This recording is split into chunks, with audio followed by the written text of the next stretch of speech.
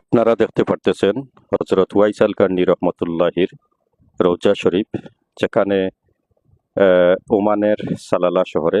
প্রিয় ভাইয়েন, আপনারা দেখতে পারতেছেন আমার নবীর আশিক, নবীর প্রেমিক, নবীর জন্য যিনি ৩২টা দাঁত ভেঙেছিলেন, নবীজির জুব্বা মোবারক হাদিয়া পেয়েছিলেন, তিনি সেই ব্যক্তি। আজ ওনার রওজা আপনারা দেখতে পারতেছেন। আমার অনুরোধ থাকলো, আপনারা যারা আজকের এই ভিডিওটা দেখবেন, যাদের ভালো লাগবে, অবশ্যই ইউটিউব চ্যানেলটাকে সাবস্ক্রাইব করে বেল আইকন অন করে রাখবেন, যাতে এই ধরনের জায়গার ভিডিও আরো বেশি বেশি করে আপনাদের দেখার সুযোগ মিলে। অবশ্যই আপনারা সাবস্ক্রাইব করে রাখবেন।